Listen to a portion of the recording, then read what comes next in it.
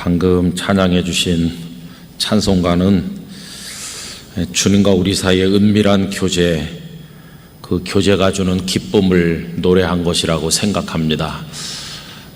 주님과 우리 사이에 언제나 동행하고 또 받는 사람밖에는 알 수 없는 거룩한 기쁨이 있는데, 우리 영락교회 성도들 마음속에 그러한 기쁨이 가득하게 되시기를 바랍니다. 사실 요즘같이 혼란하고 어려운 때는 우리가 마음 붙일 데가 없고, 또 그리고 믿었던 것들로부터 배신을 당하기도 하고 당연할 걸로 여겼던 것들이 다 무너지는 혼란 속에서 많은 것들을 빼앗기는 상실감을 경험하게 되는데, 그런다고 할지라도 우리 곁에 영원히 계신 분은 우리 주님이시고, 주님과 우리 사이의 관계가 가져다주는 그 기쁨은 그 무엇도 빼앗아갈 수 없을 줄로 믿습니다. 다 빼앗겨도 주님을 우리에게서 빼앗을 수는 없는 것이니까 우리 주님과 함께하는 신령한 삶을 우리 모두가 풍성하게 누리게 되기를 바랍니다. 루마니아의 그 차우세스크 정권 아래서 오랜 세월 동안 독방에 갇혀 있었던 리차드 범브란트 목사님을 우리가 알고 있는데, 심지어는 빛이 들어오지 않는 곳에서, 또 아무 책도 없고 대화의 상대도 없고 아무것도 없는 곳에서도 목사님은 매주일 설교 한 편씩을 만들었다는 이야기를 했습니다. 아무것도 없는데 어떻게 그 어둠 속에서 설교를 만들 수 있는가 했더니, 거기 들어오기 전에 암송했던 주님의 말씀이 있고 또 주님의 영이 거기서도 같이 하시고, 그래서 마치 돌아오는 주일날 설교를 해야 된다는 마음을 가진 목사님처럼 거기 계시면서도 그 영혼의 종이를 펼쳐놓고 그 위에다가 하나님의 말씀을 묵상하고 그 말씀이 주는 기쁨을 정리하고 주님과 함께 했다고 하는 고백을 말씀하신 적이 있습니다. 코로나19 와중에서 외출도 잘 못하시고 가정에 계신 분들도 많으실 텐데, 어떻게 보면 감옥에 있는 것과 비슷한 삶을 우리가 정신적으로 지금 경험하고 있지만, 어디서나 주님과 함께 동행하시면서 은밀한 기쁨을 맛보시는 성도들이 다 되시기를 간절히 바랍니다. 저는 늘 궁금한 것이 예수님이 어떤 분이셨을까? 우리는 그저 예수님을 교리적으로 알고 있는 부분이 많이 있습니다. 예수님은 하나님의 아들이시다, 예수님은 말씀이시다, 예수님은 이렇다 저렇다, 이렇게 교리적인 고백을 우리들은 많이 알고 있는데, 예수님께서 사람들 앞에 처음 나타나셨을 때 예수님은 그들에게 어떤 분으로 보였을까? 그 편차가 굉장히 컸으리라는 것은 우리가 다들 대강 알고 있는 바입니다. 한쪽 극단에서는 예수님을 신성모독자라고 하면서 혹은 미친 사람 취급도 하기도 하고, 예수님 어머니 마리아에게 사람들이 와서 당신 아들이 미쳤다 이렇게 말한 적도 있지 않습니까? 그런 취급을 받기도 하고, 또 한편에서는 하나님으로 믿어지기도 하고, 예수님 한 분을 둘러싸고 사람들의 시선의 편차가 굉장히 그 스펙트럼이 넓었던 것을 우리가 알고 있습니다. 그러면 예수님을 먼 발치로 지켜보는 사람들이야 이런 거 같다 저런 거 같다고 하면서 지켜보면 끝났겠지만, 예수님께 모든 걸 건 사람들은 그분을 어떻게 생각했을까 하는 겁니다. 그냥 저기 있는 저분이 예수래, 그래? 그러면서 이렇게 한번 보고 가는 사람이야. 예수님에 대해서 그렇게 심각한 생각을 안 했겠지만, 제자들의 경우는 다르지 않았을까요? 배도 그물도 다 버리고 따라가는 거죠. 그저 하루 이틀 가는 게 아니고, 내가 가진 것 중에 일부를 한번 걸어보는 것도 아니고 100%를 걸고 생애 전부를 걸고, 그리고 따라가는 대상이라면 제자들에게 예수님은 어떤 모습으로 보여졌길래 그 제자들이 예수님을 그렇게 따라갔을까? 이게 늘 궁금하기도 하고 생각할수록 알 것 같기도 하고 잘 모를 것 같기도 한 그런 미지의 부분으로 많이 남아 있습니다. 사실 사람들을 끌려면 매력적인 걸 얘기해야 됩니다. 여기 지금 예수님께서 우리 지난 수요일 날은 내가 곧 길이다 하는 걸 생각을 했고, 오늘은 예수님께서 내가 진리다 이렇게 하시는데, 그런 거 말고 정말 사람들이 혹하는 게 있지 않겠어요? 좀 너무 저속한지 모르지만 내가 돈이다 그러면 훨씬 더 많은 사람들이 오지 않았을까? 하다못해 대학 입시를 보장하는 쪽집게 과외 선생님만 해도 인기가 있지 않습니까? 한 달에 100만 원, 200만 원, 수백만 원 주고라도 그저 일주일에 1시간 과외 받기를 원하는 그 쪽집게 과외 선생님, 또 논술 선생님, 뭐 그런 분들이 있다는 얘기를 들어본 적이 있는데, 이분을 만나서 5분만 상담을 받으면 뭐 주식에 뭐 떼돈을 벌 수 있다든지 뭐 팁을 준다든지, 내가 돈이다 그러면 사람들 줄 설 것 같은데, 예수님은 당신을 뭐 그렇게 소개하지 않으셨어요. 정치하는 분들은 당신을 어떻게 소개합니까? 정치하는 사람들은 뭐 국가 안보를 책임진다 그런 말을 하기도 하고, 혹은 또 경제를 발전시키겠다 그렇게 말하기도 하고, 뭐 여러 가지 자기 나름대로 변이 있습니다만은, 어떻게 보면 예수님은 가장 인기 없는 주제를 들고 나오셨어요. 진리다. 글쎄, 요즘에 전 명동 한복판에, 광화문 한복판에 나가서 내가 진리라고 외치면 사람들이 글쎄요, 와 정말 대단한 분이네 그러면서 줄 설까요? 미친 사람 아니야? 이럴까요? 아니면 진리가 밥 먹여주나? 그럴까요? 그게 예수님의 변인 거죠. 내가 진리라고. 그런데 그렇게 매력 없는 멘트를 진리라고 하셨는데, 여기 몇몇 사람들은 모든 걸 다 걸고 따라갔다는 것이죠. 그래서 예수님께서 당신을 진리라고 말씀했다는 게 도대체 뭘 어떻게 말씀하는 것으로 그들의 가슴 속에 전달됐을까? 내가 진리라고 했을 때 그들이 이해를 했을까? 그게 무슨 뜻인지. 물론 유대인들은 종교성이 뛰어난 사람들이니까 뭔가 좀 세상에 저속한 것이 아닌 좀 고차원적인 거, 또 정신적인 거, 뭔가 좀 형이상학적인 거, 뭐 그런 걸 추구하는 본능이 다른 민족들보다 더 강할지도 모르니까 진리라고 그러면 조금 매력이 있었던 거 아닌가 이렇게 생각해 보기도 하지만, 뭐 그것도 아닌 것 같죠. 베드로에게 국한시켜서 생각을 해보면, 베드로가 예수님을 처음 만난 건 요한복음 1장에 동생 안드레를 통해서 소개받은 대목 아닙니까? 그때는 베드로가 아니고 게바인데, 그 시몬인데, 그 동생이 와서 형님 제가 그분을 만났어요 이렇게 하면서 예수님과 자기 형님을 이렇게 만나게 했는데, 그때 예수님께서 그를 보자마자 이제부터는 시몬이라 하지 말고 게바라 하리라, 반석이라는 뜻 아닙니까?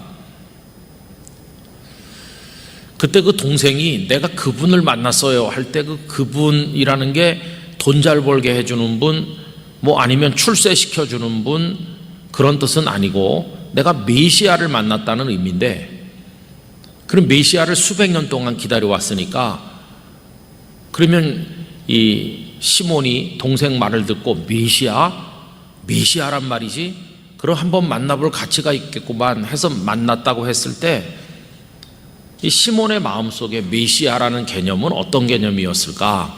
이런 생각이 드는 거죠. 여러분, 당시 사람들에게 메시아는 어떤 존재로 여겨졌을까요? 아마 모르긴 몰라도 여러 가지 뭐 사람들이 연구한 자료들에 의하면, 그때 예수님 당시 사람들이 생각했던 메시아는 무슨 진리, 뭐 생명 그런 개념이라기보다는 이스라엘 왕국을 회복하고 로마 같은 적을 물리치고 다윗과 솔로몬 시대 전성기를 구가할 수 있도록 해줄 수 있는 지극히 현실적인 어떤 영적이거나 정신적, 형이상학적 그런 게 아니고 지극히 현실적인, 어떻게 보면 인간의 욕망을 자극하는, 메시아가 와야 잘 먹고 잘 살 수 있다는 식으로 그런 메시아 상을 그들이 생각했던 거 아닐까요? 그러니까 나중에 제자들이 예수님을 따르긴 했지만 한 사람은 오른쪽에 한 사람은 왼쪽에 앉게 해주세요 라든가, 길에서 12제자가 서로 누가 크냐 싸우는 이런 모습들을 보면은 제자들이 다 걸고 예수님을 따랐음에도 불구하고 그들 마음속에 있는 예수님에 대한 이미지는 메시아이신데, 그 메시아가 뭐 영원한 세계로 이끌어 가신다 무슨 그런 거라기보다는 지극히 현실적인 뭔가를 해결해 주는, 그러니까 심지어는 예수님 부활하시고 난 다음에 사도행전 1장에서조차도 승천하시기 직전에 그들의 질문이 무엇이었습니까? 이스라엘 나라를 회복하실 때가 이때입니까? 라고 묻지 않았어요. 예수님께서 부활하신 다음에조차도 그들의 관심의 그 초점은 이 땅에서 뭔가 이루어 가실 그분, 그래서 자기들의 한을 풀어주시고 문제를 해결해 줄 어떤 그런 역할, 그걸 기대하는 거지. 그게 제자들의 생각인 거 아닙니까? 그럼 여기서 예수님께서 나는 너희들의 답답한 마음을 알고 있다. 내가 이스라엘을 회복시켜서 전성기를 맞이하게 해주겠고, 배부르게 먹고 등 따뜻하게 자고 돈 벌게 해주겠고, 난 너희들의 문제를 풀어주는 그런 존재다. 이렇게 다가오신 게 아니고 예수님은 나는 진리다. 그때 그 진리라는 말이 너무 막연하잖아요. 사실 이 요한복음 14장 6절 말씀은 우리 한국교회 성도들이 제일 잘 알고 있는 말씀 중에 하나인데, 예수님께서 내가 진리요라고 하는 말씀의 뜻을 우리들이 어느 정도 알고 있는 것인가, 이런 생각을 계속해서 하게 되는 거죠. 우리 영락교회 성도들은 예수님이 진리라고 할 때 그 진리지, 당연히 진리이시지, 그냥 이렇게 생각하고 넘어가는 건 아닙니까? 그분이 진리라고 하는 게 뭘 의미하는 건지에 대해서 많은 생각들을 해보셨는지 모르겠습니다. 진리가 뭘까요? 진리는 옳은 걸 말하는 건데, 개념적으로는. 근데 진리와 이렇게 조금 혼돈을 일으키는 개념이 있죠. 많은 사람들이 진리와 혼돈하기 쉬운 개념은 팩트, 사실이죠. 사실이 진리고 진리가 사실이고 그렇지 않느냐, 이렇게 생각하는 사람이 많이 있습니다. 그러나 진리와 사실은 전혀 다른 것입니다. 오히려 사실이 진리를 호도할 때가 많이 있습니다. 예를 들면 이런 예를 들 수 있죠. 요즘에는 뭐 적용되지 않는 거지만 옛날에 제가 어렸을 때만 해도 우리나라가 못 살고 그런다니까 그런 얘기 많이 있었어요. 1년 내가야 그 집에서 고기 반찬을 먹는 일이 없어요. 요즘엔 고기를 너무 많이 먹어서 암 걱정을 하고 그런 분들이 많지만, 옛날에는 진짜 명절 때나 고깃국 먹는다 뭐 이런 때가 있었거든요. 그러니 어쩌다가 그 밥상에 고기 반찬이 올라오는데, 그땐 또 애들이 올망졸망 많잖아요. 뭐 5남매, 7남매, 8남매 이렇게 나가지고 밥상에 둘러앉으면 그냥 반찬이 갖다 놓기 무섭게 다 없어지는데, 어쩌다 고기 반찬 올라왔다 그러면 뭐 눈이 다 시뻘게 져갖고 젓가락 들고 달려드는데, 제일 늦게 밥상머리에 와서 앉으시는 분은 부엌에서 음식 장만하고 다 올려보내고, 그리고는 들어오시는 어머니가 제일 늦게 오시는 거 아닙니까? 그럼 이제 그 집안의 어른이나 누가 이 녀석들아 어머니도 좀 한 점 잡숴 보셔야 되지, 엄마 잡수실 고기는 좀 남겨야 될 거 아니겠어? 이렇게 하면서 이제 몇 점 남기도록 합니다. 그럼 어머니가 제일 늦게 밥상머리에 와서 앉으면 애들은 전부 그 몇 점 남은 고기를 마저 먹고 싶어서 그걸 쳐다보고 있는데 어머니가 뭐라고 말합니까? 아유, 엄마는 고기를 별로 안 먹어. 고기 별로 안 좋아해. 이렇게 말하거든요. 그러면 어머니가 고기를 안 잡수시는 거예요. 근데 그날만 안 잡수시는 게 아니고 그 전에도 어머니는 고기를 안 잡수셨고 그 전에도 안 잡수셨어요. 그러면 사실을 가지고 말하면 그 어머니가 고기를 드셨나요? 안 드셨나요? 이렇게 사실에 관한 질문을 하면 어머니는 고기를 안 드시는 거죠. 전에도 안 드셨고 오늘도 안 드시고, 근데 이 집 어머니만 안 드시는 게 아니라 옆집 어머니도 고기를 안 드신다는 거예요. 그 사실을 가지고 말하면 어떤 결론에 도달합니까? 어머니들은 고기를 안 먹는다, 그런 결론에 도달하는 거죠. 그게 사실이죠, 그죠? 고기를 안 드신 게 사실이니까. 그러나 어머니들이 고기를 안 드신다는 사실들이 축적이 돼가지고 어떤 무서운 결과를 가져오느냐 하면은 진리를 가려버리는 무서운 결과를 가져오죠. 어떤 진리입니까? 이제 나중에 이 녀석들이 장성했어요. 돈을 벌어가지고 어머니 생신상을 차리는데 하는 말이, 우리 엄마는 고기 안 먹어. 원래 우리 엄마는 고기는 별로 안 좋아해. 이렇게 말해버리거든요. 옛날에도 안 드셨으니까, 그게 사실이었으니까, 그러니까 지금도 어머니는 고기를 안 드신다, 이렇게 굳어지는 거죠. 무서운 건 뭐냐 하면 그 녀석들이 어렸을 때 어머니가 고기를 안 드신 건 사실이지만 안 좋아해서 안 드신 게 아니라 자기들 입에 한 점이라도 더 들어가게 해주려고 어머니가 사랑으로 안 드신 건데, 어머니는 자녀를 사랑해서 안 드신다고 하는, 자녀를 사랑하기 때문에 안 잡수신다고 하는 어머니의 진실, 어머니 마음의 그 진리, 자녀를 사랑한다고 하는 진리, 그게 없어지고 마는 거예요.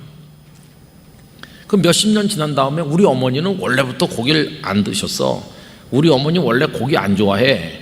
그 사실들이 축적된 결과 어머니가 자식들을 사랑해서 안 드셨다고 하는 그 진실은 없어지고 마는 겁니다. 우리 엄마 고기 안 좋아해.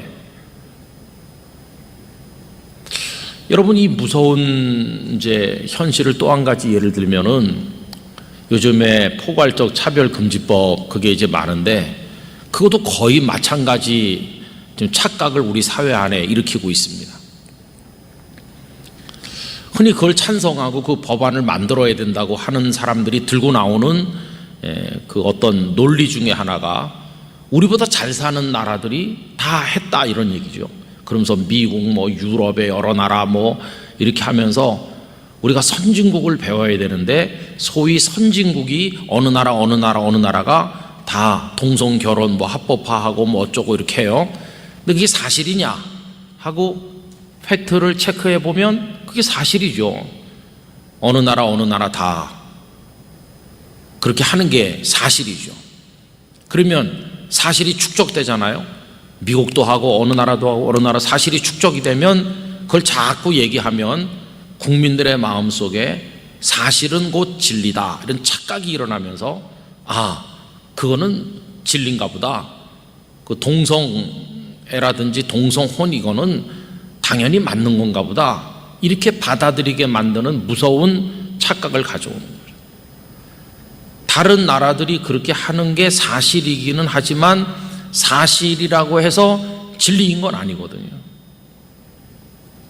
그런데 이제 우리는 사실과 진리를 이렇게 혼돈해 가지고 사실이 곧 진리화 되게 만드는 그런 착각 내지는 의도적인 교묘한 함정, 그거를 우리가 경계해야만 되는 거죠.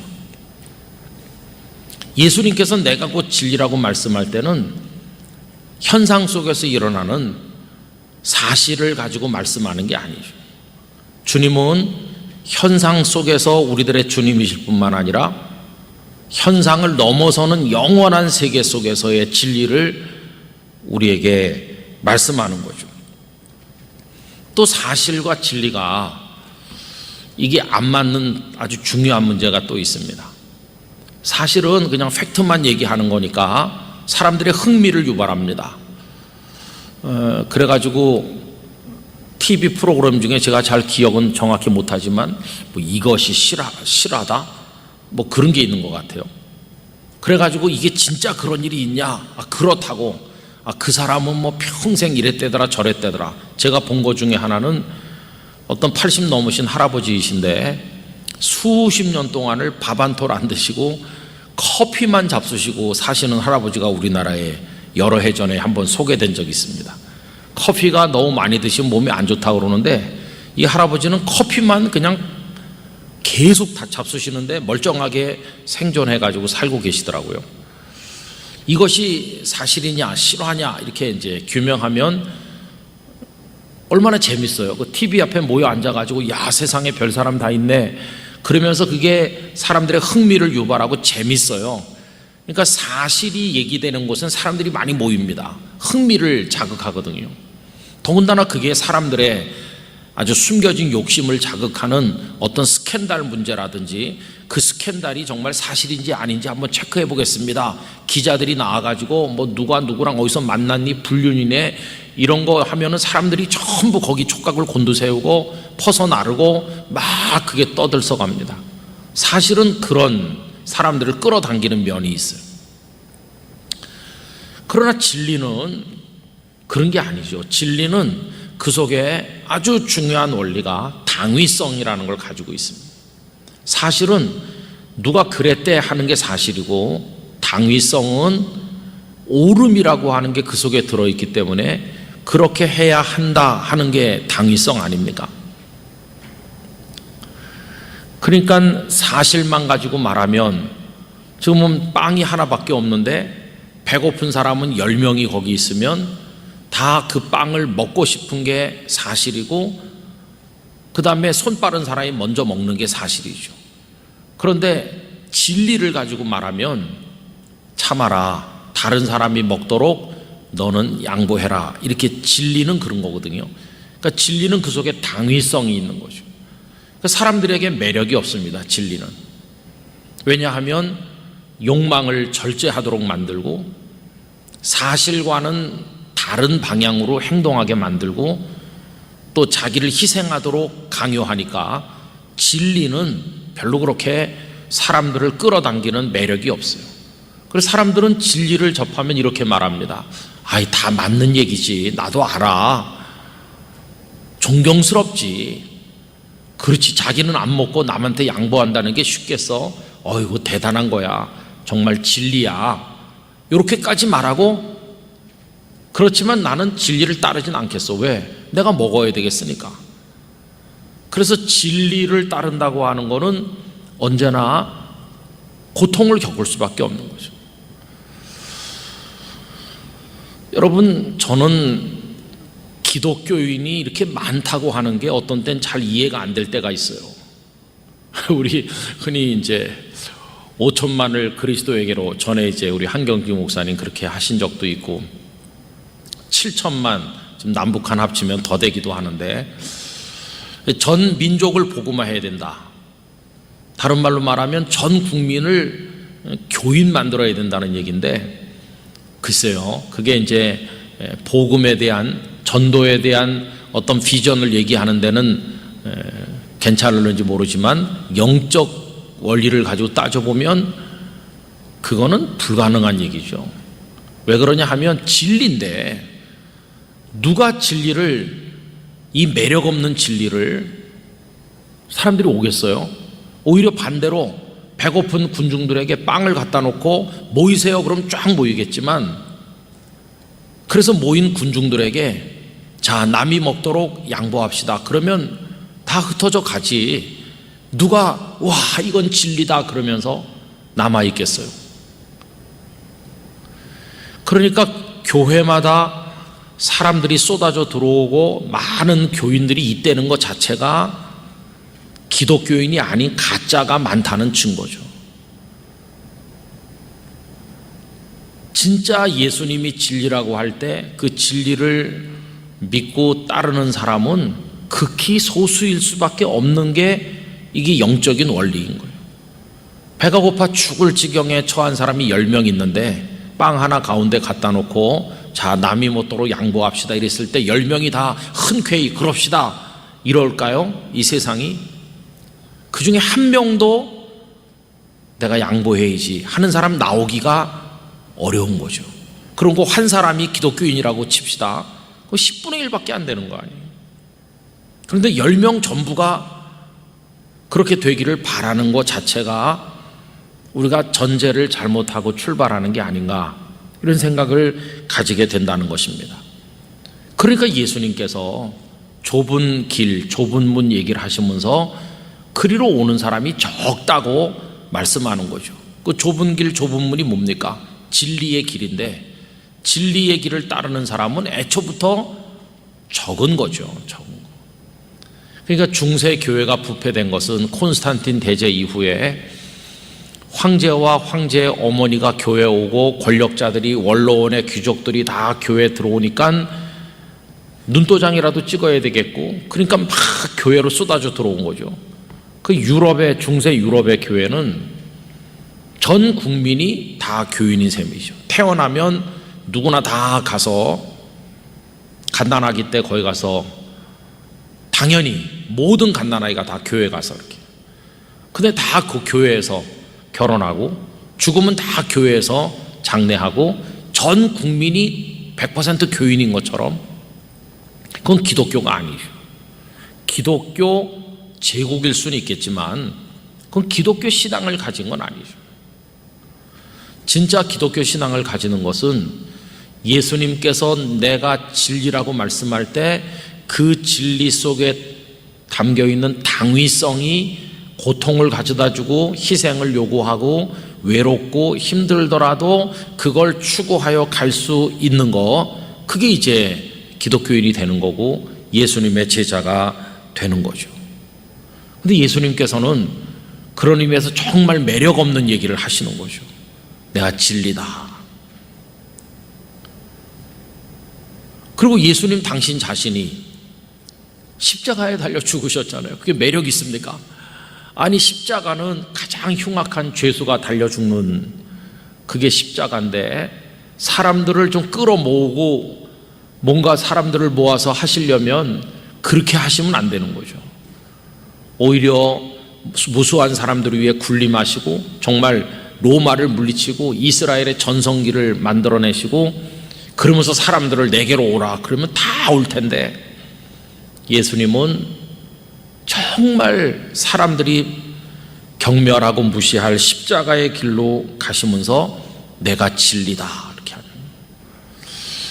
그래서 저는 이 말씀을 2주간 내내 생각하면서 진리이신 예수님을 믿는 신앙은 어떤 것이 돼야 될까, 그런 생각을 많이 해보게 되는 거죠. 사실 저부터가 이제 이렇게 목사로 오늘까지 살면서 그 진리이신 예수님을 믿는데 익숙한가, 아니면 그저 우리가 만들어낸 어떤 유행하는 신앙 스타일, 한국 교회 안에 유행하는 신앙 스타일의 대변 혹은 거기 참여 뭐 그러면서 그걸 예수님을 믿는 거로 우리 스스로가 그냥 착각하는 거 아닌가, 이런 생각을 많이 해보게 되었습니다.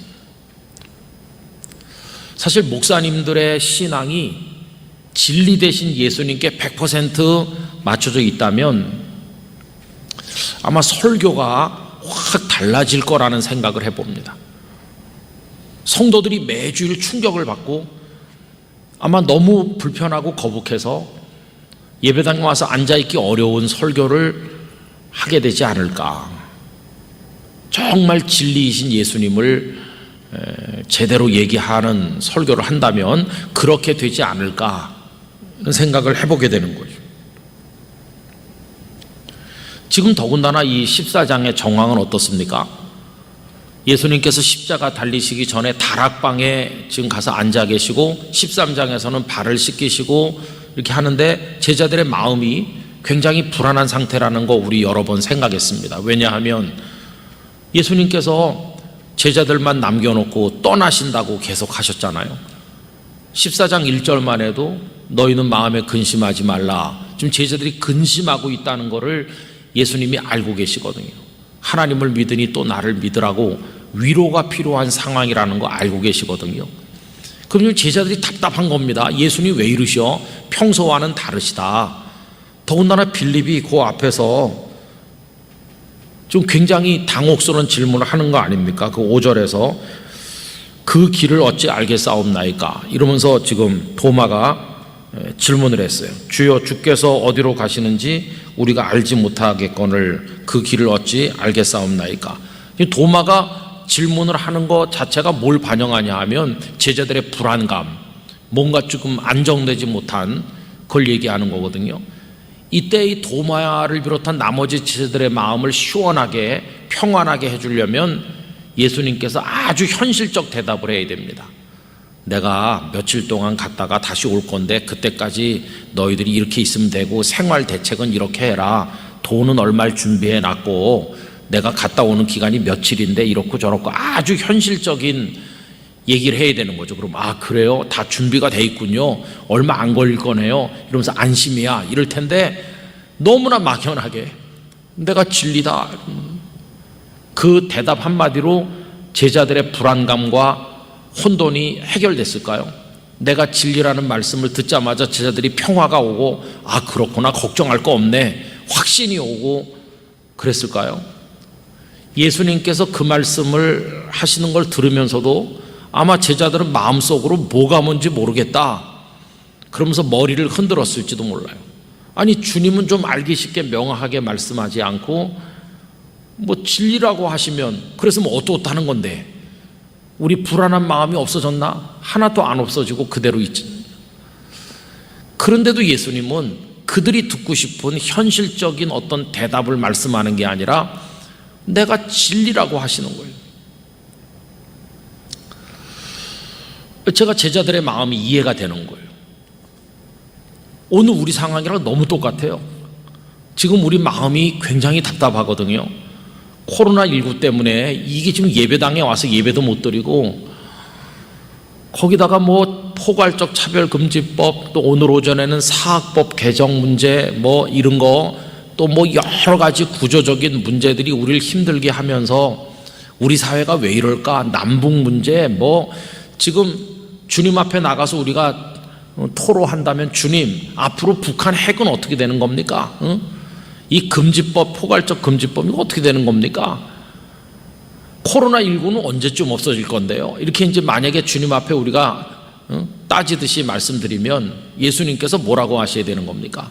코로나19 10월 29일 밤 9시 반에 없어진다 라든가 김정은이 몇 년 못 살 거라든지 핵이 그게 뭐 어떻게 될 거라든지 그 다음에 우리 사회 갈등이 있는 여러 가지 문제들이 앞으로 몇 달 후엔 이렇게 해결될 거니까 조금만 참고 기다려라 라든가, 지금은 한국교회가 어렵지만 내후년쯤 되면 뭐 다시 1980, 90년대처럼 부흥할 거라든가 뭐 이렇게 구체적 대답을 주시면 그렇구나, 핵이 그게 몇 년 안 남았네 라든지 코로나 그거 며칠 안 남았어 이러면서 좀 마음의 평화가 오지 않겠어요?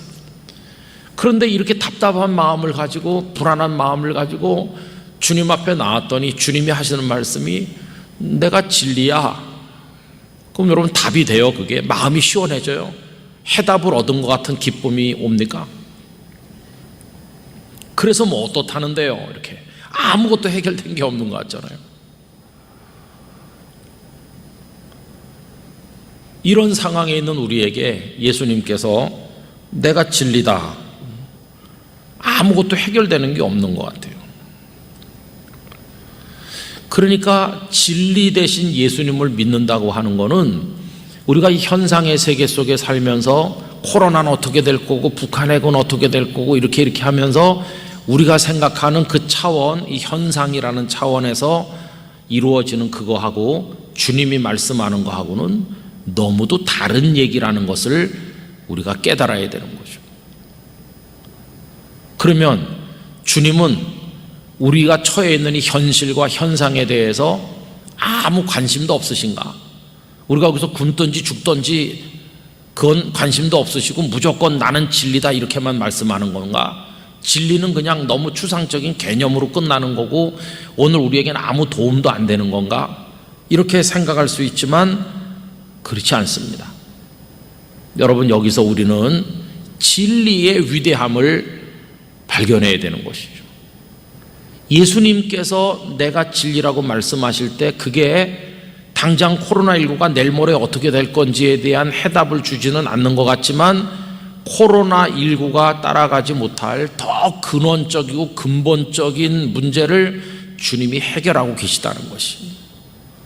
그래서 내가 진리라고 말씀하실 때 우리에게 요구하시는 신앙이라고 하는 것은 주님, 이 문제는 어떻게 될 건가요? 저 문제는 어떻게 될 건가요?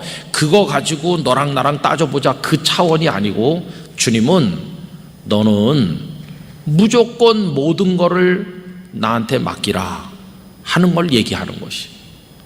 그분은 진리이시기 때문에 주님께 모든 걸 맡기고 나가면 맨 마지막에 가면 그게 옳다는 것과 그게 승리라고 하는 게 나타날 거라는 것을 우리에게 말씀하시는 것이.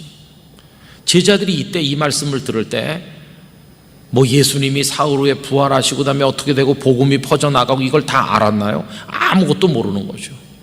그러나 내가 진리라고 말할 때 너희들의 모든 것을 지금 이해가 되든지 이해가 되지 않든지 내가 옳음이니까, 생명으로 인도하는 진리니까 나를 신뢰하고 나를 따르라고 요구하시는 건데, 그리고 따르고 있으면 주님은 십자가도 이기는 부활이시고 영원한 생명이시고 그들의 눈앞에 있는 사회의 어두움이라든지 로마 제국의 횡포라든지 이런 걸 다 넘어서는 영원한 하나님 나라의 만왕의 왕이신 주님이심이 다 나타나게 될 것이고, 그게 진리라고 하실 때 주님이 그들에게 말씀하시는 거죠. 결국 우리가 진리 되신 예수님을 믿는다고 하는 건 다른 게 아니라 우리의 현상의 모든 걸 포함해서 또 그걸 넘어서서 절대 기준으로서의 예수님을 절대 신앙으로 믿을 것을 우리에게 요구하고 계시다는 것이. 그래서 만약에 우리가 주님 석 달 안에 코로나19를 물러가게 해주시면 내가 당신을 믿을 거고요, 너무 오래 가면 나 당신을 주님으로 믿기가 어려운데요, 이런 차원이 아니에요. 그러면 진리 대신 주님을 믿는 건 뭐냐? 주님, 코로나19가 제 생의 마지막 순간까지 계속돼도 전 주님을 찬양하겠습니다. 이게 진리이신 주님을 믿는 절대 신앙인 것이죠. 주님, 제가 암 진단 받았는데 이게 항암 치료 몇 번 하면 날 수 있나요? 현상의 질문이죠. 근데 주님이 3번 하면 날 거다, 이런 걸 믿는 게 진리를 믿는 게 아니고, 주님, 제가 오늘 이대로 주님의 부르심을 받더라도 주님을 높이겠습니다. 그게 진리이신 예수님을 믿는 거거든요. 왜냐하면은 그래서 내가 암으로 세상을 떠나고 보니까 끝난 게 아니라 영원한 생명의 나라에 승리할 거거든요. 근데 그거는 쉽지 않은 신앙이죠. 그래서 교회 안에 사람이 많다고 하는 게 잘 이해가 안 되는 거죠. 그게 진리라고 한다면 그런 진리를 믿고 따르는 사람은 소수일 수밖에 없는 것이고, 주님이 진리 되신다고 할 때 그 능력을, 그 속에 있는 신비를, 그것이 가져다주는 승리를 실제로 체험하는 그리스도인은 그렇게 많은 게 아니에요. 아주 소수만이 진리이신 예수님을 조금씩 알아가고 있는 것이라고 저는 생각합니다. 저는 그런 의미에서 영락교회 성도들이 참 진리 되신 예수님을 체험하게 되기를 간절히 바라는 거죠. 그런 예수님 앞에 가서 무릎 꿇고 앉으면 그 다음에 할 말이 없어지는 거예요. 오늘 밤에 나를 불러도 나는 주님을 높이겠습니다. 그런 자리에 도달한 사람은 아무 할 말이 없어요. 질문도 없어져요. 질문이 많은 거, 코로나는 언제 끝날까요? 뭐 이건 언제 이럴까? 이거는 아직 절대 신뢰의 믿음에 도달하지 않았으니까 묻고 싶은 것도 많고 따지고 싶은 것도 많고 화도 나고 억울하기도 하고 그런 거지, 그 모든 걸 넘어서서 그분이야말로 진리이시다. 이걸 깨닫고 다 맡기고 나면 그분이 뭐 어떻게 하시든, 코로나를 오늘 끝내게 하시든 10년 가게 하시든, 그런 게 이미 이제 해결이 된 문제, 다 초월했어요. 그분이야말로 궁극의 진리이신 거예요. 과학적 진리는 따져볼 수 있습니다. 2 더하기 2는 4인가? 그러면 나무 토막 4개 갖다 놓고 2개, 하나, 둘, 셋, 넷, 합치니까 4개 되네. 이렇게 해볼 수 있지만 주님께서 말씀하시는 이 영원한 생명의 진리는 그렇게 과학적으로 증명함으로 알아보거나 할 수 있는 게 아니라 절대 신앙을 통해서 그 속에 내가 들어가는 거지, 내가 그걸 분석하거나 해석하거나 이해해가지고 내 주머니에 넣는 게 아니고, 그 진리는 너무 크기 때문에 내가 그 속에 들어가는 거지, 그 진리를 내 주머니에 넣는 거하고는 전혀 다른 것이. 그래서 성도 여러분, 우리는 엄청난 진리이신 주님 앞에 작은 티끌 하나처럼 서 있는 존재예요. 그분 앞에 가면 할 말이 없어요. 전도서 5장 1절 2절 이하에 있는 말씀처럼 그분은 하늘에 계시고 너는 땅에 있다. 그분 앞에 설 때 말을 하지 말아라. 무슨 말이 필요해요? 욥이 무수하게 많은 말을 했는데 욥기 42장 끝에 가보면 자기가 말한 모든 것을 회개하고 있지 않습니까? 알지도 못하면서 이치를 가리는 말로 하나님 앞에 범죄했다고 회개하고 마지막에 가면 입을 닫는 거예요. 그러나 입을 닫는 게 하나님을 포기하는 게 아니라 입을 닫는 그 순간 욥의 마음속에서 오히려 하나님에 대한 절대 신뢰가 생긴 거예요. 믿음이 완성되는 순간 그 입은 닫힐 수밖에 없고, 뒤집어 말하면 우리의 입이 닫히는 순간 우리의 절대 신뢰의 믿음이 완성되는 거죠. 그런 의미에서 오늘 우리는 너무 시끄럽다고 생각합니다. 아직도 말을 너무 많이 하는 거죠. 아직도 내 생각을 하나님 앞에 강요할 때가 많고, 하나님의 뜻이 진리가 아니고 내 생각이 진리라고 강요할 때가 많은 거죠. 그런 의미에서 나를 맡기지 못했어요. 우리는 아직도 주님께 나를 맡긴 게 아니고 이렇게 관망하는 거죠. 우리 영락교회 성도 여러분, 주님께 여러분들의 인생의 모든 거, 여러분들의 육신과 영혼과 관심사와 우리 가정과 교회와 사회의 미래까지 모든 걸 송두리째 맡기시기를 바랍니다. 그분은 진리이심으로 절대 그 속에 오류가 없으시고 다 옳기 때문에 결국에 가서 보면 모든 게 오른쪽으로 가도록 되어 있는 것입니다. 비뚤어지고 이지러진 모든 걸 바로잡아서 해결하시는 순간이 하나님의 심판대 앞인데, 거기 가면 모든 게 다 제자리를 찾을 것이고, 그 오름이 오름으로 빛나게 될 때, 아, 이게 생명이었어, 이게 궁극적 승리로구나 하는 것을 알게 되는 거죠. 하나님을 믿는다고 하는 것은 그 하나님의 손에다가 우리를 송두리째 다 맡기는 것이에요. 그래서 참 진리이신 주님께 100%를 맡기고 나면 마음속에 마지막에 찾아오는 게 2가지입니다. 근데 사실은 하나죠. 그게 뭐냐면 평화가 옵니다. 평화, 마음의 평화.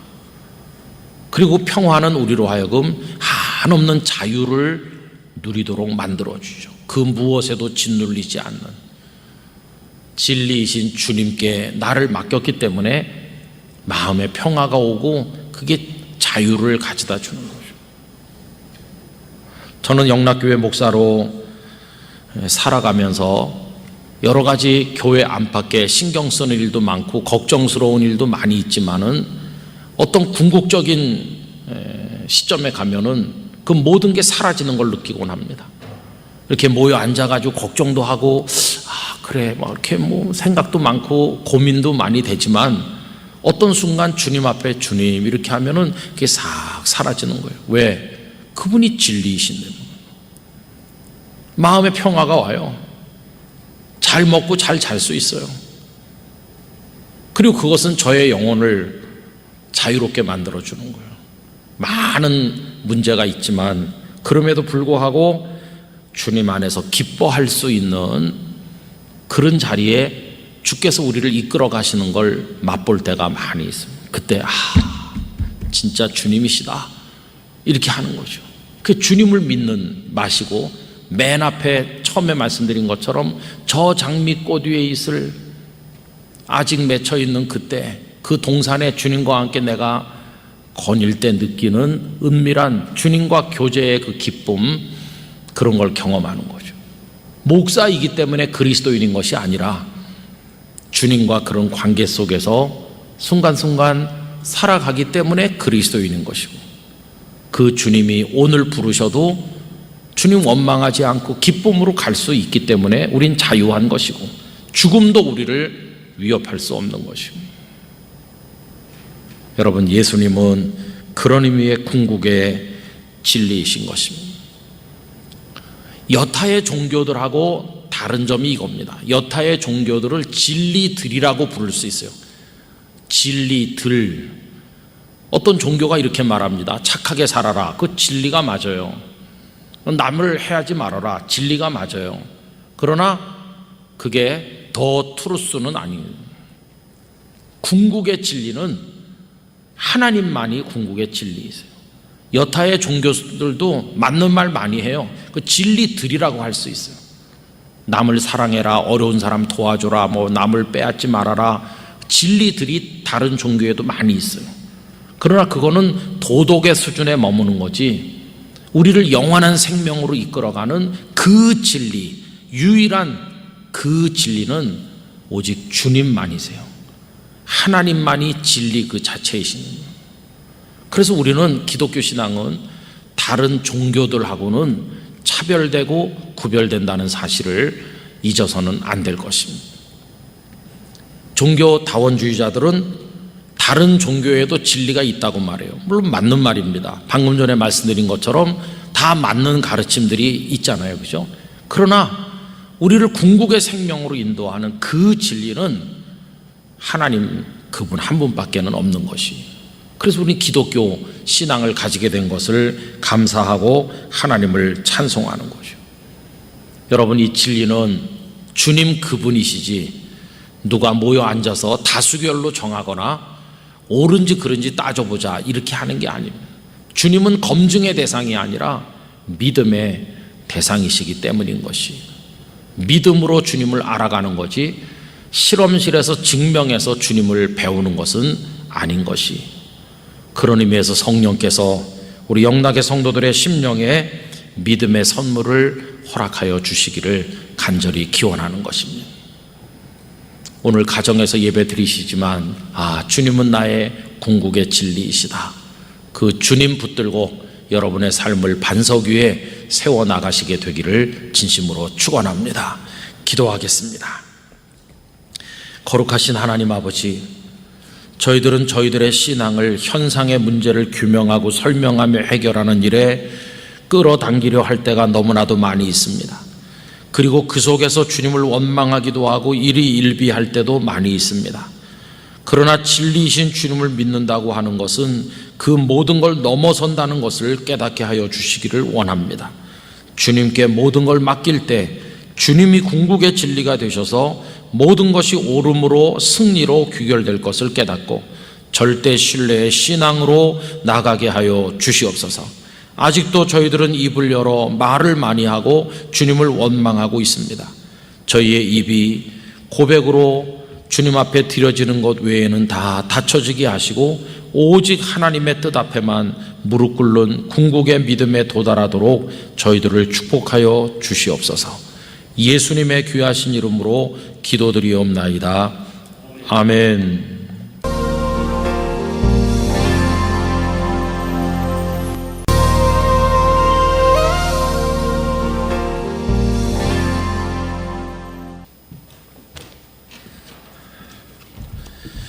찬양 감사드립니다.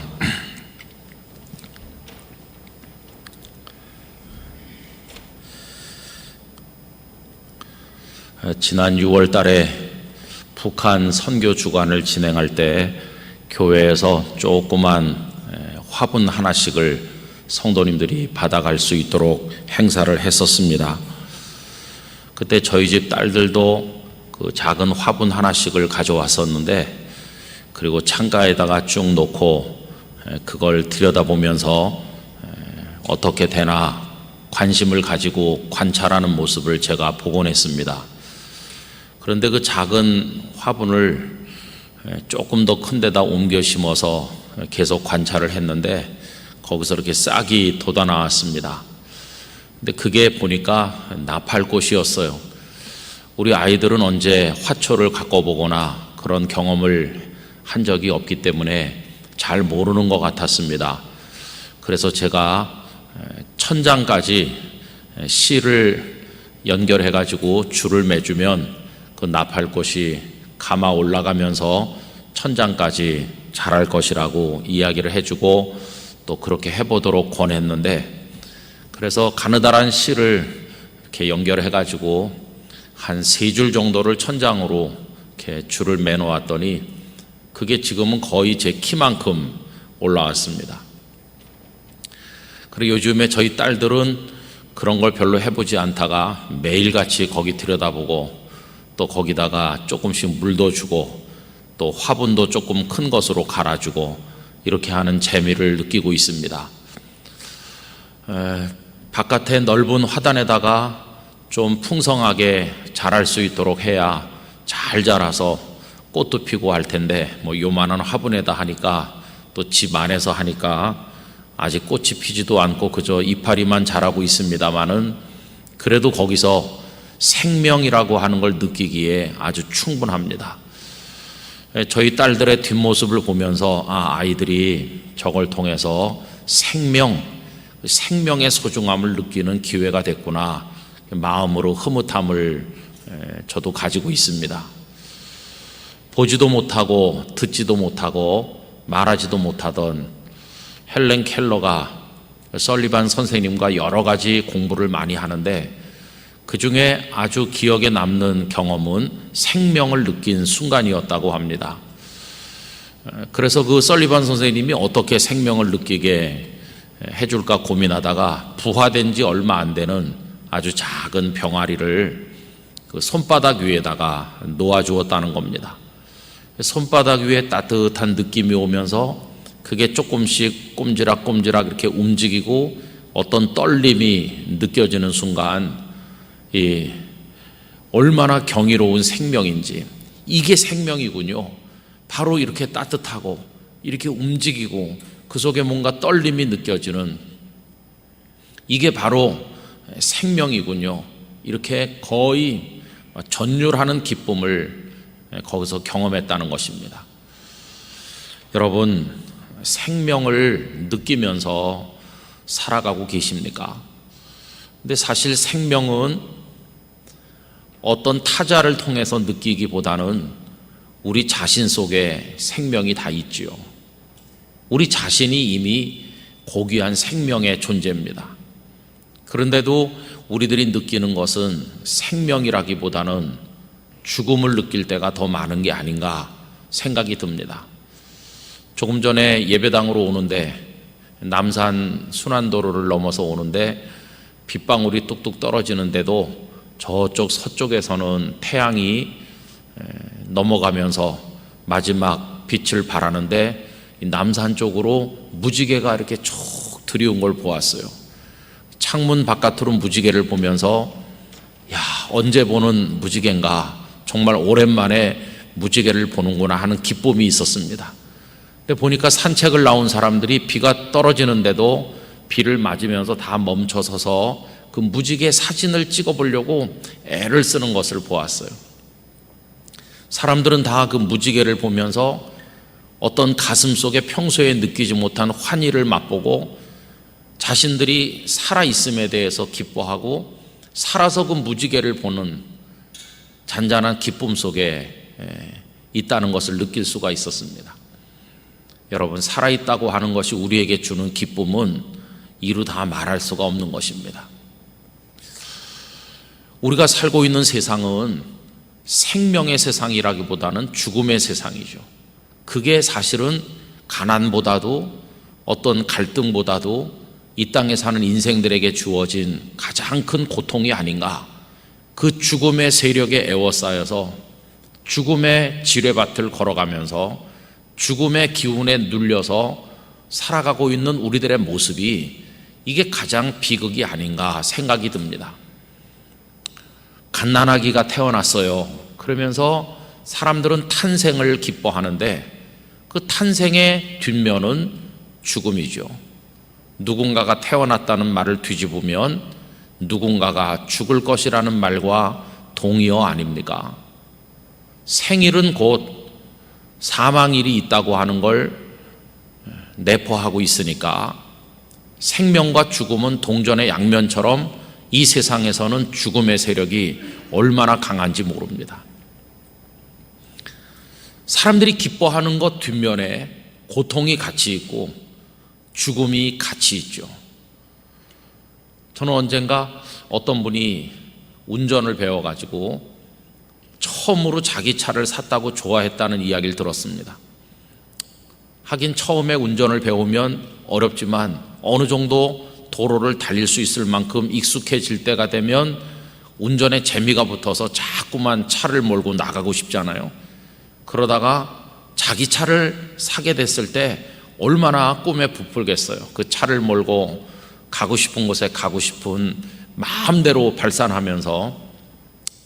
그런데 그 차로 인해서 교통사고를 당했고 결국은 세상을 떠났다는 이야기를 들었습니다.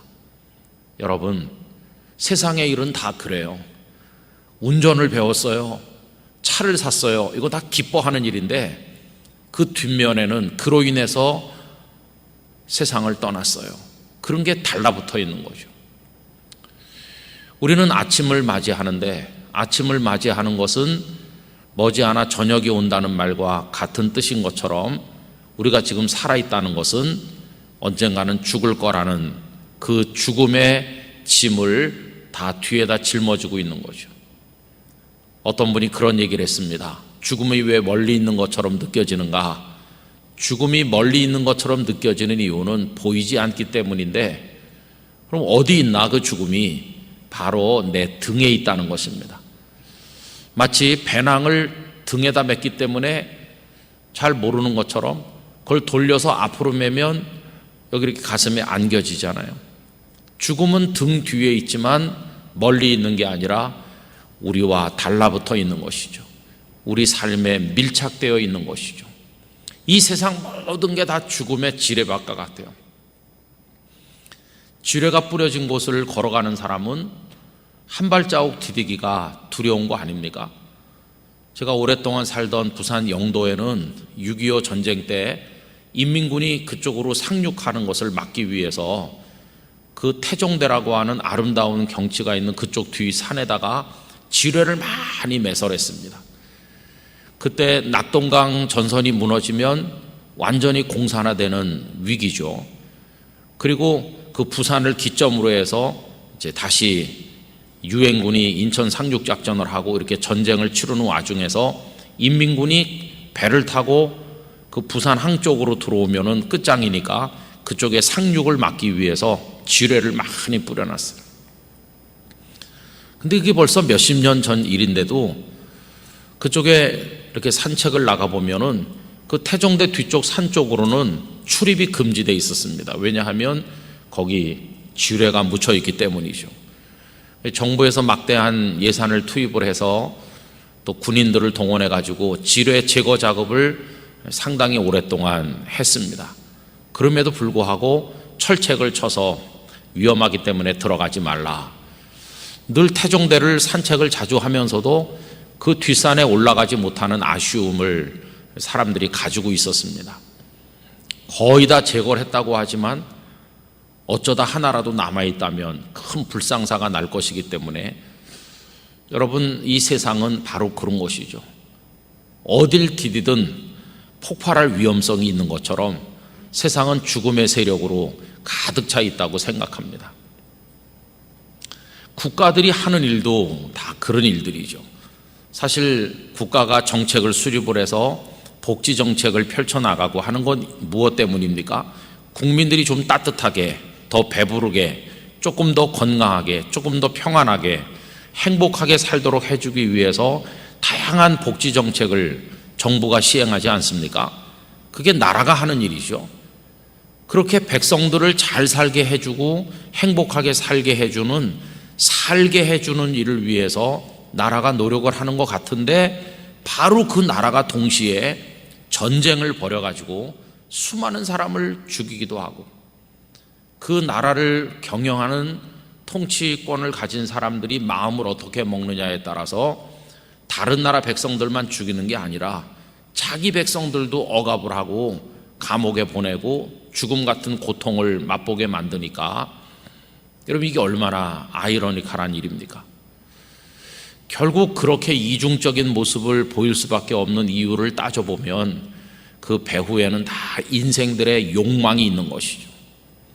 국민들을 등 따뜻하고 배부르고 행복하게 살게 해주겠다고 하는 그 나라가 전쟁을 하는 것도 욕망 때문이고, 독재 권력이 돼서 백성들을 억압해서 못 살게 하는 것도 욕망 때문이고, 욕심이 잉태한 즉 죄를 낳고 죄가 장성한 즉 사망을 낳는다는 말씀처럼, 결국 이 세상의 사람들이 하는 일은 그 욕망, 그 죄, 그 결과로서 오는 죄의 싹은 사망이라고 그랬으니까 죽음, 아담과 하와가 선악을 알게 하는 나무 열매를 따먹고 하나님처럼 되고 싶은 욕망을 품는 순간 그 욕망이 죄가 됐고, 그 죄가 너는 흙이니 흙으로 돌아가라는 죽음으로 우리에게 오게 됐고, 그때 이후로 우리는 다 아까 말씀드린 것처럼 아기가 태어났어요. 그 말은 언젠가는 부고장이 날아갈 거라고 하는 죽음을 전제로 한 생명, 그게 오늘 우리의 현실이죠. 그래서 여러분, 오늘 우리의 생명이라고 하는 것은 너무나도 비극적인 생명입니다.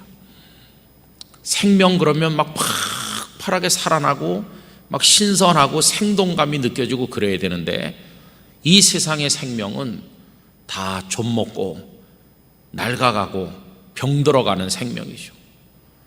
방금 전에도 여러 가정에 사랑하는 이들이 세상 떠나신 광고를 했어요.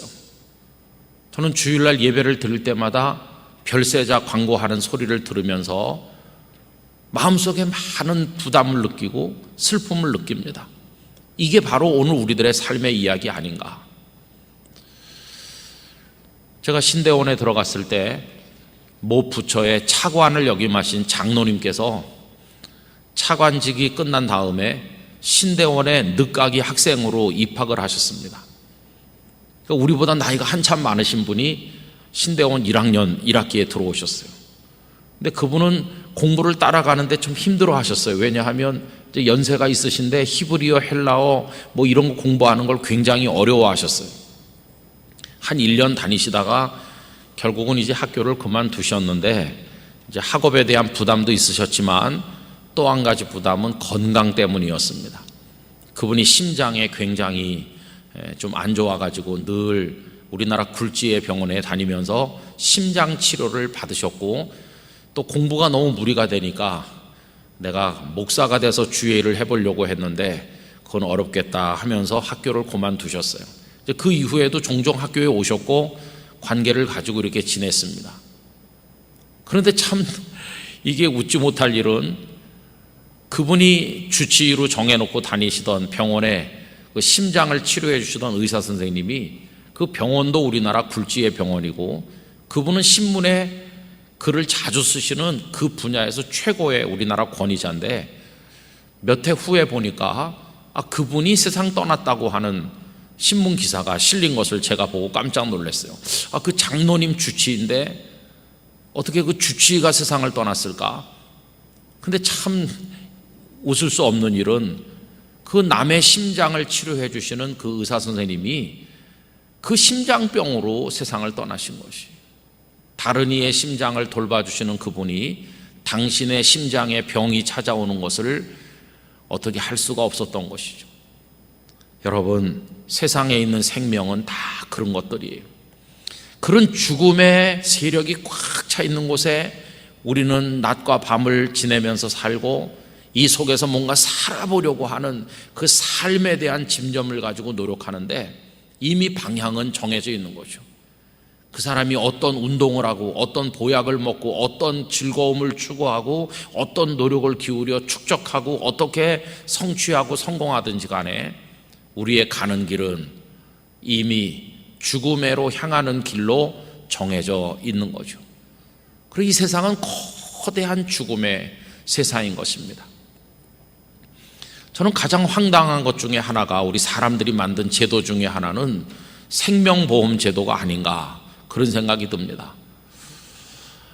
그 보험을 들어서 내가 건강을 위해서 혜택을 본다든지 어떤 목적을 위해서 그 혜택을 보는 보험 같으면 모르지만은 내가 죽은 다음에 얼마를 받아서 가족들에게 주기 위한 그런 보험 생각해 보면 의미가 없는 건 아니지만은 너무나 마음이 그런 것 같아요. 그 사람은 없는 거 아닙니까? 그죠?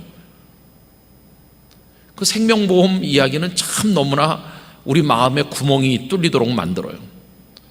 그 다음에 또 사람들이 열심히 만들어서 운영하는 것 중에 하나는 상조제도인데 상조제도도 생각해보면 너무나 허망한 것입니다.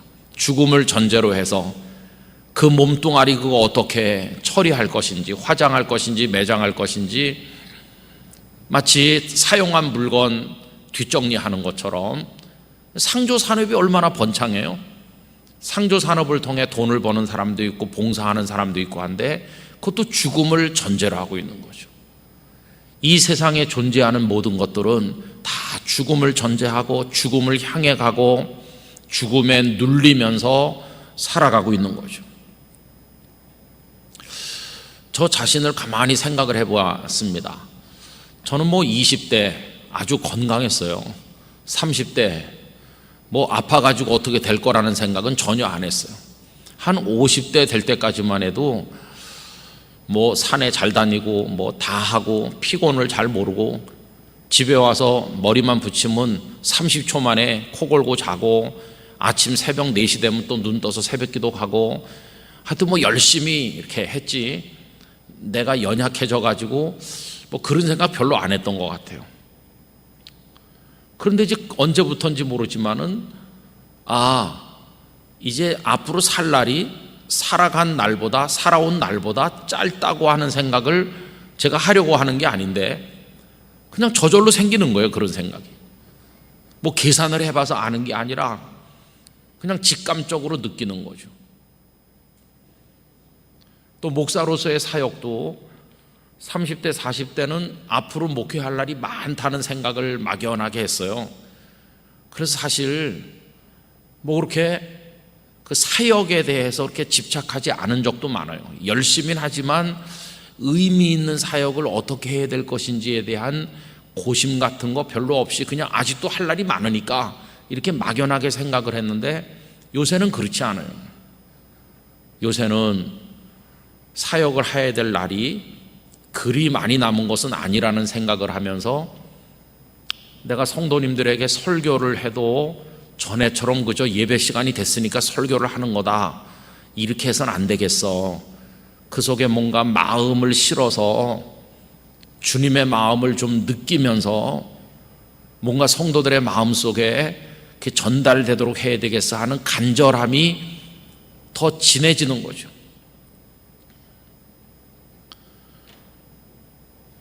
그리고 요새는 이제 제가 부산에 있을 때 여기 조그만 갑상선 암 수술도 하고 그래서 그런지 내가 끝까지 건강하게 사역을 해야 되겠다 그런 생각들도 하려고 하는 게 아니라 자꾸 더 생겨요. 그 왜 그렇습니까? 저에게도 다른 사람과 똑같이 죽음이라고 하는 게 다 이미 전제되어 있으니까 아무리 그쪽으로 가지 않으려고 노력을 해도 언젠가는 그쪽으로 우리가 갈 거니까 이게 자연스러운 현상이죠. 그래서 어떤 때는 그런 한계에 대해서 안타까워하면서도 어떤 때는 참 다행스럽다는 생각도 들기도 해요. 왜냐하면 하나님께서는 사람이 일정 나이에 도달하면 자신의 삶을 되돌아보도록 만들고 남아있는 시간과 기회를 계산하게 만들고 하나님 앞에 더 겸손하게 만들고 하나님 앞에 설 준비를 하도록 우리 영혼을 이렇게 어루만져 주시는 그게 축복이 아닌가 죽을 줄 모르고 살다가 갑자기 가면 준비가 안 될 텐데 하나님께서 우리 마음을 저절로 그렇게 움직이도록 해주시면 주님을 만날 준비를 할 수 있도록 도와주시는 게 아닌가. 그것도 축복이지. 이런 생각을 할 때가 많이 있어요. 여러분, 이 세상은 오른쪽을 봐도 죽음의 세상이고 왼쪽을 봐도 죽음의 세상이고, 길거리에 나가서 저 큰 사거리 어귀에 서서 동서남북 사방을 바라본들 어디에 죽음이 없는 곳이 있습니까? 청와대 쪽을 바라봐도 죽음이 있고, 남산을 바라봐도 있고, 동서남북 어디나 세상은 다 죽음의 세상이에요. 저는 서울시청 앞을 지나가게 될 때마다 우리 고 박원순 시장 생각을 안 하려고 하는데도 자꾸 생각이 나요. 그분도 다 얼마 전까지 우리 곁에 있었는데 2달 전만 해도 이제는 다 떠난 분이 됐어요. 근데 그분만 떠나는 건 아니죠. 다 이렇게 떠나요. 지나간 한 주간 동안 오늘 저녁에 생각할 말씀의 주제를 마음에 두고 이렇게 순간순간 묵상을 하는데, 예수님께서 나는 생명이다. 어떤 대통령이, 어떤 학자가, 어떤 재벌이 이 죽음의 세계 그 일부로 속해 사는 존재 중에 그 누구가 생명을 이야기할 자격이 있겠습니까? 근데 유일하게 한 분 예수님만이 나는 생명이라고, 이 죽음으로 가는 거대한 지구촌의 그 흐름을 막아서시면서 나는 생명이라고. 여기 14장 6절에 이 말씀은 놀라운 말씀이죠. 내가 곧 길이요 진리요 생명이, 이렇게 길, 진리, 생명이 병렬식으로 나열되어 있습니다. 그렇죠? 그렇지만은 의미적으로 따지면 단순한 병렬식 나열이 아니라 생명은 목적이고 이 길과 진리는 그 목적으로 가는 수단의 역할을 하는 거죠. 내가 길이요 할 때 그 길은 무엇으로 향하는 길인가? 생명으로 향하는 길이죠. 그 길을 통해서 가다 보면 생명이라는 목적지에 도달하는 거고, 내가 진리요라고 했을 때 그 진리는 생명이 무엇인가를 가르치는 교훈이죠. 그게 진리죠. 그래서 길, 진리, 생명이라고 병렬식으로 나열했지만 사실은 방향을 의미하는 것이다. 생명이라는 하나의 방향을 예수님께서 던지셨고, 그 생명이라는 방향을 향해 길이 향하고 있고, 그리고 그 진리가 그것을 가르치고 있고, 그러면서 그 다음에 예수님 말씀이 뭡니까? 나로 말미암지 않고는 아버지께로 올 자가 없다. 여러분, 생명이 목적지인데 아버지를 말씀하는 이유는 뭘까요? 그것은 아버지 하나님이 곧 생명이시니까. 이 세상에 존재하는 모든 생명은 아버지 하나님으로부터 나왔습니다. 아버지 하나님이 계시지 않았더라면 생명은 없는 것입니다. 그러니까 하나님 아버지께로 가는 게 궁극적 목표인데, 그 하나님 아버지가 곧 생명이시고 그 생명으로 인도하는 길, 그 생명이 뭔지를 가르치는 진리, 이렇게 나열되어 있는 것이. 여러분, 하나님 아버지는 생명이십니다. 우리가 믿는 하나님은 생명의 하나님이십니다. 저는 이 땅의 성도들이 하나님이 생명이시라는 것에 대해서 어느 정도 가슴속에 느끼고 감격하면서 하나님을 믿고 있나, 이런 생각을 해봅니다. 여러분, 마태복음 22장에 보면 어느 날 사두개인들이 나와서 예수님께 해괴망측한 질문을 했어요. 사두개인들은 부활을 부인하는 사람들 아닙니까?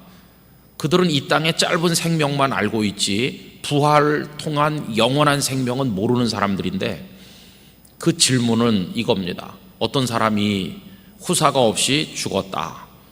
그래서 그 밑에 동생이 형수와 결혼해 살다가 또 후사가 없이 죽었다. 그 밑에 동생이 또 그래서 죽었다. 7 형제가 모두 다 한 여인과 살다가 다 죽었는데, 당신들 말대로 만약에 부활이 있다면, 영원한 생명이 있다면 부활 후에 그 여자가 누구의 아내가 돼야 되는 것이냐, 이런 황당한 질문을 예수님께 했죠.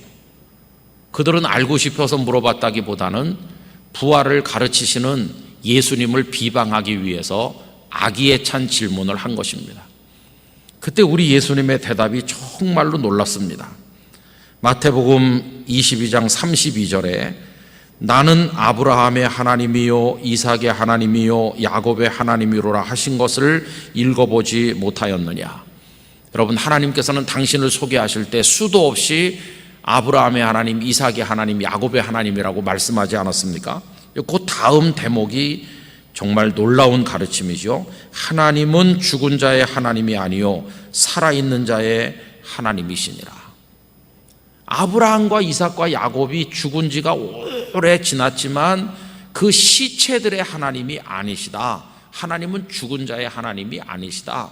하나님은 산 자의 하나님이시다. 이 말은 아브라함과 이삭과 야곱이 오래오래 전에 죽었지만 없어져 버린 게 아니라, 죽음으로 소멸된 것이 아니라 지금 살아있다는 뜻입니다. 아브라함도 살아있고 이삭도 살아있고 야곱도 살아있어서 하나님은 그 살아있는 아브라함과 이삭과 야곱의 하나님이시다. 여러분, 예수님께서 부자와 거지 나사로의 비유를 말씀하실 때 그 거지 나사로가 누구의 품에 안겨 있습니까? 아브라함의 품에 안겨 있습니다. 그 부자는 저 음부에 떨어져서 고개를 들어서 손가락 끝에 물 한 방울 찍어서 자기 목에 떨어뜨려 달라고 얘기하는데, 그때 이 거지 나사로가 아브라함의 품에 안겨 있는 거죠. 아브라함은 오래전에 죽어서 소멸된 존재가 아니라 하나님의 나라에 있는 거죠. 그는 살아있는 아브라함, 살아있는 이삭, 살아있는 야곱인 것이죠. 하나님께서 아브라함과 이삭과 야곱의 하나님이라고 할 때 하나님은 산 자의 하나님이시다. 너희들의 조상인 아브라함, 이삭, 야곱은 살아있다. 아니, 죽었는데요. 아니, 살아있다. 영원한 생명.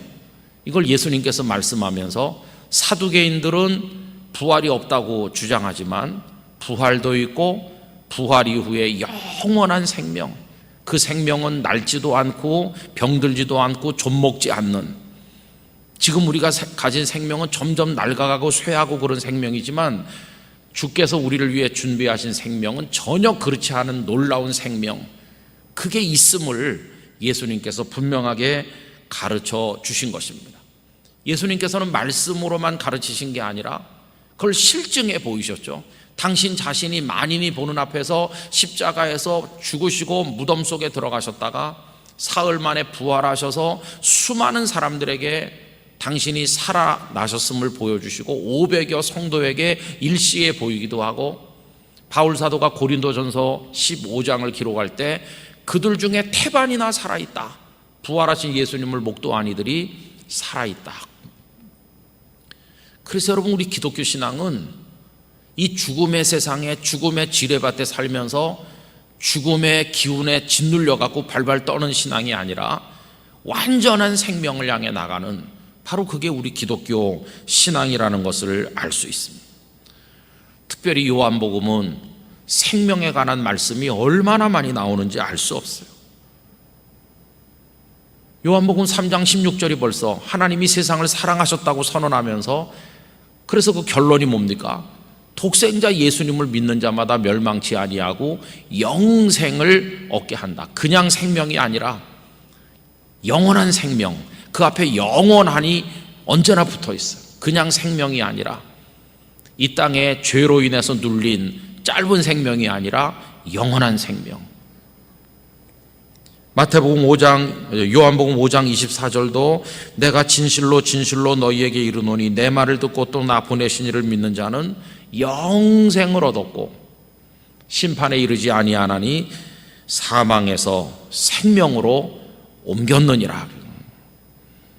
우리 영락의 성도 여러분, 우린 생명을 바라보고 생명을 누리는, 그리고 영원한 생명을 향해서 달려가는 바로 그런 신앙을 가지고 있는 사람들이라는 걸 믿고 확신하고 기쁨 가운데 거하셔야 됩니다.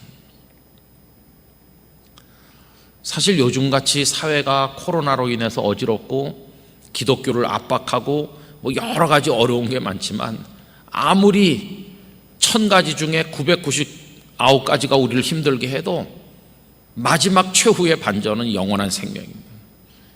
이 세상의 그 어떤 것도 영원한 생명을 우리에게 주는 것은 없습니다.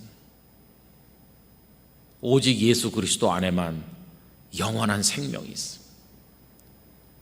그런데 참 아쉬운 것은 우리 기독교인들이 그 영원한 생명의 능력에 대해서 잘 감지하지 못하거나 그 놀라운 축복을 잘 깨닫지 못할 때가 많다는 것이. 기독교인들도 다 발발 떨고 기독교인들도 죽음의 권세에 짓눌리고 그러면서 죽음의 세상에서 죽음의 방식으로 사는 거죠. 여러분, 우리가 이제 교회 일하는 거, 목회하는 것도 그렇습니다. 예수님을 믿는 게 생명의 일이고 목회가 뭡니까? 목회는 생명을 격려하고 생명을 북돋우고 생명을 살리고 생명의 복음을 전도하고 살리는 일을 하는 게 목회인데, 목회 현장인 교회 가서 보면 죽이는 방법으로 목회를 하는 거예요. 그래서 예를 들어서 어떤 목사님이, 전도사님이 첫 설교를 했는데, 아유, 전도사님 첫 설교 한다고 수고했어요. 전도사님 마음속에 말씀의 은혜를 주신 하나님께 영광 돌립니다. 더 풍성한 생명의 말씀을 전도사님 평생 잘 전하시기 바래요. 이렇게 목사님이 격려를 해주면 그 전도사님은 기쁨이 넘치고 더 힘을 얻어가지고 더 열심히 말씀을 붙들고 씨름하고 그렇게 할 거 아니겠어요? 그게 살리는 목회죠, 그런 게. 그런데 반대로 이 목사님이 불러가지고 그걸 설교라고 하느냐, 집어치우라 이렇게 하면은 그건 죽이는 목회죠. 그 목사님이 지금 아무리 능수능란한 설교자가 되어 있다 하더라도 그분도 전도사 시절에는 다 똑같았죠. 그럼 살리는 방향으로 이렇게 말하고 그래야 되는데 우린 자꾸 죽이는 방향으로 말해요. 집사님, 아이고 애쓰셨어요. 그 봉사하신다고 수고 많으셨어요. 이게 살려주는 거죠, 그게. 그죠? 그런데 그 집사님한테 일 맡기면 안 된다. 그 사람은 다 망쳐놓는 사람이다. 그 사람은 빼라. 그리고 죽이는 목회를 하는 거죠. 우리 기독교 단체, 기독교 어떤 모임에 가보면 생명을 위해서 모여 앉았는데 말하는 거나 뭘 하는 걸 보면 다 죽이는 방향으로 하는 게 너무 많아요. 지난 주일에도 낮예배 시간에 말씀드렸지만 다 가인이 돼가지고 아벨을 다 죽이려고 그래요. 그러니까 생명에 역행하는 신앙생활, 생명에 역행하는 목회, 생명에 역행하는 어떤 목회 프로그램, 그런 게 너무나 많은 거예요. 그래서 우리 속에 우리도 모르는 사이에 죽음의 세력이 우리의 본성에 침투해가지고 우리를 지배하고 있구나. 영원한 생명을 이야기하는 우리가 왜 이렇게 죽음의 권세에 눌려가지고 나도 모르게 죽음의 앞잡이가 돼가지고 말도 생각도 다 그렇게 할까? 영원한 생명을 바라본다는 우리가 왜 이렇게 됐을까? 이런 안타까움이 너무나 많아요. 그래서 화초를 가꾸면서 씨가 발아해가지고 싹트는 떡잎 하나를 보면서도 희열을 느끼는 그런 마음만 우리에게 있더라도 처음 믿는 분이 믿음이 생겨서 믿음의 떡잎이 생기는 걸 보고 야, 이렇게 해줄 수 있고, 처음 주님의 일을 하는 사람이 미숙해도 열심히 하면 격려를 해주고, 같이 모여 앉아서 오늘 부름 받더라도 영원한 천국의 생명을 얻게 될 우리들임을 확인하면서 기뻐하고, 우리 다 연약하지만 하나님의 집에 함께 모여서 생명의 하나님을 찬송하고 그렇게 하는 거죠. 그게 생명이죠. 이 땅에 사는 동안에도 그 생명을 향해 나가고 있음을 기뻐하면서, 그러다 주님이 부르시는 그날이 되면 슬픔의 날이 아니라 완전한 생명 속으로 뛰어들게 된 걸 감격하면서, 그래서 우리 신앙 속에 나는 생명이라고 선언하시는 그 예수님의 생명의 능력을 회복해야 되는 거죠. 우리 한국교회 강단에 생명이 정말 넘치고 있나? 근데 저는 이제 많은 목사님들의 설교를 이렇게 듣고 제가 했던 설교를 다시 꺼내서 듣기도 하고 하면서 이 강단에서 생명을 북돋우는 메시지보다는 아주 도덕적이고 윤리적이고 율법적인 설교를 통해서 우리의 조금 자라나던 생명마저도 밟아서 죽게 만드는 그런 설교를 많이 해왔구나 하는 반성을 할 때가 있어요. 여러분, 주님은 우리를 밟아 죽이시는 분이 아니에요. 제자들이 얼마나 미숙했습니까? 그러나 주님의 생명 사역은 디베라 바닷가에 찾아오셔서 그 도망간 배신자, 부인하고 했던 베드로 찾아오셔서 다시 사랑할 수 있는 기회를 주시는 게 이게 뭡니까? 다시 걸음을 주고 물을 주고 다시 기회를 주는 살리는 목회. 그러면서 베드로에게 하신 말씀이 내 양을 먹여라, 내 양을 쳐라 하지 내 양을 죽이라, 이게 아니잖아요. 주님은 생명 사역으로 그들을 파송하시는 거죠. 당신이 생명을 보여주시고 어떻게 살리시는가 하는 걸 그들로 경험하게 하시고, 그리고는 그들에게도 그 일을 하도록 맡기시고, 그 후예가 이 땅에 있는 하나님의 자녀들, 주님의 제자들이고 그게 바로 우리들이고, 그리고 우리는 생명의 거대한 흐름 속에서 생명을 살리는 사역을 해야 되는 것이. 사실 저도 이 말씀을 이렇게 준비를 하면서 작은 결심을 했어요. 제 주변에 있는 우리 가족부터 시작을 해서 내가 만나는 사람들, 후배 목사님들, 내 주변에 누굴 만나든지 이제는 절대로 그의 마음속에 아름다운 싹스를 꺾는 일을 하지 말아야 되겠다. 이렇게 생명으로 북돋우는 쪽으로 해야 되겠다.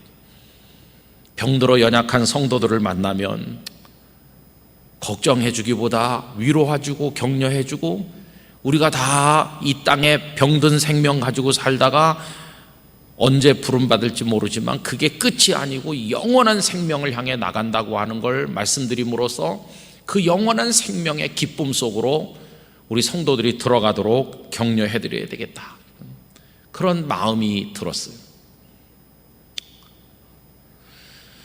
빌리 그레함 목사님이 오래전에 그 미네소타 대학에서 강연을 하게 되었는데, 빌리 그레함을 보기 위해서 어떤 사람인가 그런 호기심을 가지고 많은 청중이 모였다고 합니다.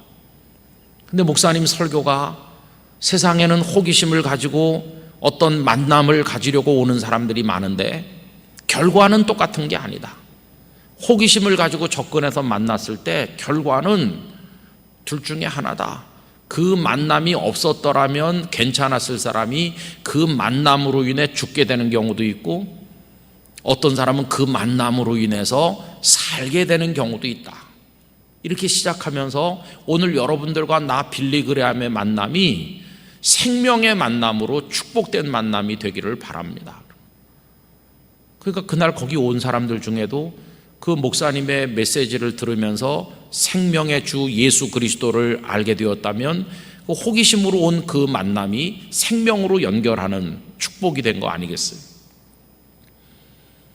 저는 나인성 성문 앞에서 있었던 만남을 우리들이 다 경험하고 세상 사람들이 경험해야 된다고 생각합니다. 과부의 아들이 죽어서 사람들이 통곡을 하면서 성 바깥으로 죽은 아이를 떠매고 나오죠. 죽음의 행렬이죠. 이 세상은 골목골목마다 사거리 어귀마다 과부의 아들 떠매고 나오는 행렬 같은 죽음의 행렬로 꽉 차 있습니다. 그런데 맞은편에서 생명을 살리는 예수 그리스도의 행렬이 다가오셔서 죽음의 행렬과 생명의 행렬이 딱 만나는 순간 예수님께서 그 죽은 아이를 일으키시잖아요. 그 예수님의 생명의 행렬은 오늘 우리들을 향해서도 다가오셨고, 우린 그 예수 그리스도를 만난 것이고, 그 청년을 일으키듯이 주께서 우리를 일으키신 것이고, 이제 우리는 이 죽음의 행렬로 꽉 찬 세상에 예수 그리스도의 십자가를 들고 부활의 복음을 들고 생명의 행렬을 만들어서 죽음의 행렬을 향해 전진해야 될 사명이 우리에게 있는 것이에요.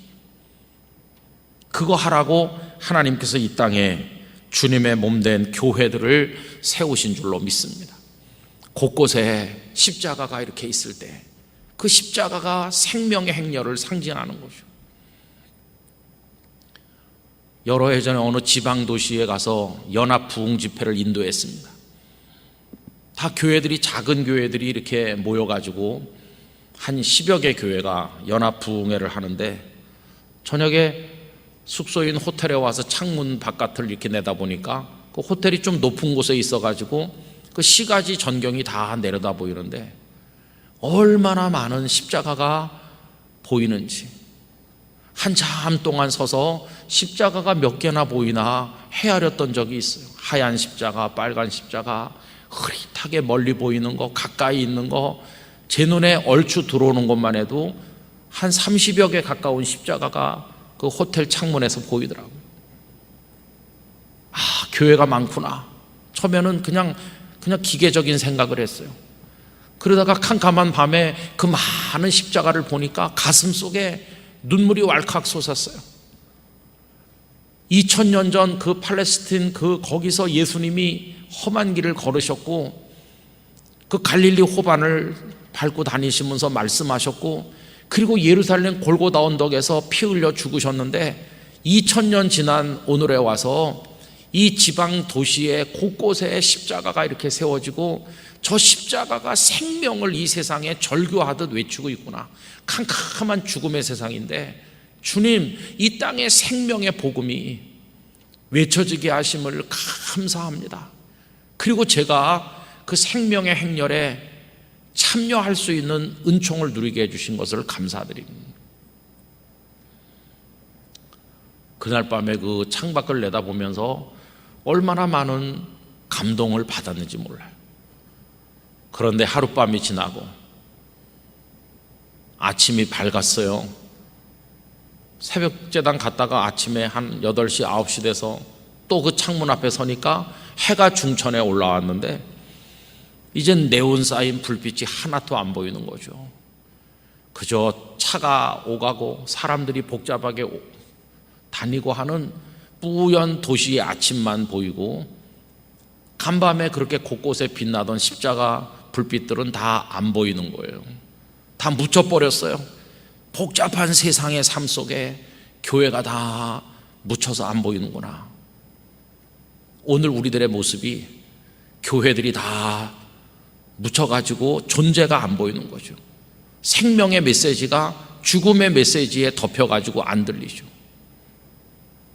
수백 개 되는 텔레비전 채널 중에 생명의 복음을 외치는 채널은 몇 개 안 되고, 전부 세상에 먹는 얘기, 코로나 얘기, 그런 얘기들이 그냥 하루 종일 쏟아져 나오고, 그런데 밤이 되니까 세상이 죽음의 어둠에 덮일 때 십자가는 다시 빛을 내고, 아, 복음이 빛을 내는 순간은 죽음이 진해질수록 복음의 빛, 생명의 빛은 더 밝아지는구나, 그런 생각을 하게 되었습니다.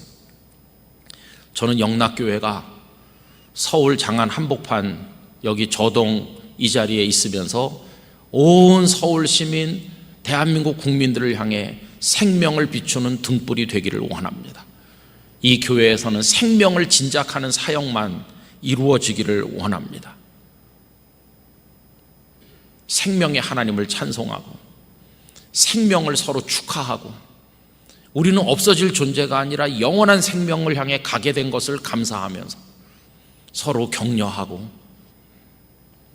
먼저 가고 나중 가면서 앞서거니 뒤서거니 가는데 다 그 생명의 나라, 그 유리바닷가에 모여서서 하나님을 영원히 찬송하게 될 그 생명의 나라를 바라보면서 우리 서로 축하하면서 만나면 생명을 북돋우는 말을 하고 복음을 전도하고, 그런 사랑으로 이 사회를 섬기고 봉사하고, 그런 영락교회가 되어야만 할 것입니다. 여러분, 다들 성도들은 가정에서 예배드리시고 여기 지금 교육자들만 일부 오셨는데, 우리 목사님, 전도사님들 이 생명을 위해서 섬기도록 주님이 부르셨습니다. 우리 가슴 속에 어떤 어려움이 있고 어떤 시련이 와도 우린 생명의 행렬에 서 있다는 사실을 결코 잊지 말고 그 생명을 위해 우리의 삶을 드리는 그런 우리들이 되어야만 할 줄로 믿습니다. 우리 영락의 성도들이 걸어가는 길거리마다 생명의 씨앗들이 뿌려져서 언젠가 또 그 뒤를 따르는 다른 사람들이 그 길을 걸으면서 발아한 생명들을 보게 되고, 또 그 뒤를 오는 사람들이 생명의 열매를 또 거두고, 예수님이 재림하셔서 우리에게 오시는 그날까지 이 생명의 축복을 정말 풍성하게 만끽하고 누리는 생명의 사람들이 될 수 있기를 원하는 것입니다. 그래서 예수님께서 나는 생명이다 이렇게 말씀하신 것 속에 담겨있는 그 엄청난 축복이 무엇인가 하는 것을 마음속에 늘 되새기면서, 결코 죽음의 세력에 속해 있는 나인성 과부의 행렬에, 그 아들의 행렬에 속해 있는 사람처럼 살지 말고 생명 이거 외치면서 살아가는 우리들이 될 수 있기를 간절히 바랍니다.